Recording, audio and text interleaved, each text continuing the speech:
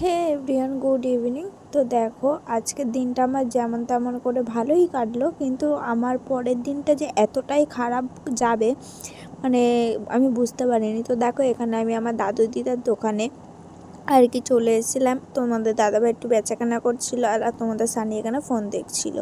তো দেখো, তোমাদের দাদাভাই এখানে দোকানদারি করছে, তো ওখানে আমার দাদু আছে আর দিদা চেয়ারে বসে রয়েছে। তো দাদু একটু গার্ডে আছে, তোমরা দেখতে পাচ্ছ না। তো এখানে দেখো, তোমাদের সানি একটু মাস্ক পরে একটু উৎপাত করছিল, এইটা নেবে। তো আমার দাদু পিছনেই দাঁড়িয়ে রয়েছে, দেখছো, দিদাও বসে রয়েছে ওখানে। আর দেখো, দেখাচ্ছে এইটা নেবে ওইটা নেবে, কিন্তু এবারে তো আমি রং খেলাবো না, দোলের দিন, হোলির দিন খেলাবো। তো দেখো, পরের দিন বললাম না খারাপ যাবে, এই দেখো আমার শাশুড়ির অবস্থা, মানে ওনার প্রেশার এতটাই হাই হয়ে গেছে, আর তার মধ্যে বাথরুমে পড়ে গেছে, ভীষণ শরীর খারাপ। তো আমাদের ঘরে এসছে, ডাক্তার দেখছে, যেহেতু ওদের ঘরে একটু অন্ধকার অন্ধকার টাইপের। তো ডাক্তার দেখছে, ডাক্তার বললে ইমিডিয়েটলি হসপিটালে ভর্তি করতে হবে। আর এখানে দেখো, একটু ভাত আর আলু সিদ্ধ বসিয়ে দিচ্ছি, শাশুড়িকে কোনো রকমে একটু খাইয়েই হসপিটালে নিয়ে বেরিয়ে যাবো, যেহেতু কালকে রাত্রির দিয়ে খায়নি শাশুড়ি। তো দেখো, ভাত, আলু সিদ্ধ, ঘি সিদ্ধ দিয়ে একটু তোমার শাশুড়িকে খাইয়ে দেবো। খাইয়েই দেখো আমি বেরিয়ে গেছি। আর হসপিটালে এসে একটুখানি ক্লিপ নিয়ে নিলাম, যেহেতু হসপিটালের ভেতরে না কোনো ফোন অ্যালাউ নেই। তো দেখো, এখানে দাঁড়িয়ে আছে, তোমাদের দাদাভাই ভেতরে নিয়ে গেছে, আমাদের সাথে আরও দুজন এসেছিলো। তো দেখো, এখানে আবার দেখানোর পর ভর্তি নিল না, বলল ঠিক হয়ে যাবে, ওষুধ টাইম টু টাইম পড়লে। ওনার গাফিলতির জন্যই এরকম হয়েছে। তো এখন আমরা বাড়ি যাচ্ছি, আর শাশুড়ির অবস্থা প্রচুর খারাপ, যেহেতু ওনার স্ট্রোকের ভাগটা বেশি রয়েছে, যে যখন তখন স্ট্রোক হয়ে যাবে। তো দেখো, যাই হোক, এখন বেলা 12:30 পৌনে 1 বাজতে যায়। আমি গিয়ে রান্নাও করব, যেহেতু আমার ছেলে এখনও পর্যন্ত খায়নি। তো দেখো, বাড়ি এসে স্নান দান করে একটুখানি সোয়াবিন আলুর তরকারি করব, তো সোয়াবিনটা একটু সিদ্ধ করে নিচ্ছি। আর এতটাই মাথা যন্ত্রণা করছে রোদ্দুরে, তো একটু চা নিয়ে বসেছি, এখন বাজে 1:30, দেখছো। তার মধ্যে তোমাদের দাদাভাইও কোনো কাজ করছে না, আমাকেই সব একার হাতে করতে হচ্ছে। স্নান করে কোনো রকমের রান্না বসিয়ে দিয়েছি, চা খাচ্ছি। আর দেখো, 1 গাদা বাজার করেছে তোমাদের দাদাভাই। তো তোমাদের দাদাভাই এখানে 1 গাদা বাজার করেছে, যেহেতু আমার শাশুড়ি শ্বশুর কয়েকদিন আমার সাথেই খাবে আর কি। আমি রান্নাবান্না করার থেকে সবই করবো। আর এখানে তরকারি কমপ্লিট হয়ে গেছে। আর ডাক্তার কি বললো জানো, ওনার 400-র ওপরে সুগার। আমি তো শুনে অবাক যে ওনার এত সুগার, উনি এতদিন ধরে কী ট্রিটমেন্ট করেছে, কী ওষুধ খেয়েছে। তো যাই হোক, আজকেই সব ওষুধপত্র নিয়ে এসে আর কি খাইয়ে দেবো।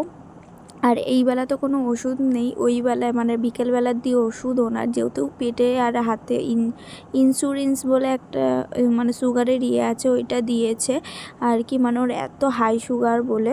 তো ওনার হচ্ছে স্ট্রোকের ভাগটা বেশি ছিল, যেহেতু প্রথমে একটা স্ট্রোক হয়ে গেছে আমার শাশুড়ির, আবার এইটা যদি হতো খুবই রিস্কি হয়ে যেত। আর আমি এত ছোট বাচ্চা নিয়ে কী করে করতাম, আমাদের তো এমনিই কেউ দেখার নেই। তো যাই হোক, যেইটুকুনি পেরেছি, যেইটুকুনি পারছি, আমাকেই করতে হচ্ছে।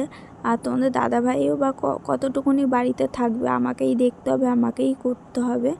যাই হোক, চলো, ওপরবেলা আছে, ওপরবেলায় বিচার করবে যে মানে আমি ভালো কি খারাপ, তাই না। যে যেরকম বদনাম করছে করতে দিই আর কি। আমি কিছু বলতে চাই না তাদের উদ্দেশ্যে, তাদের ভালো লাগে তারা আমার নামে বদনাম করে।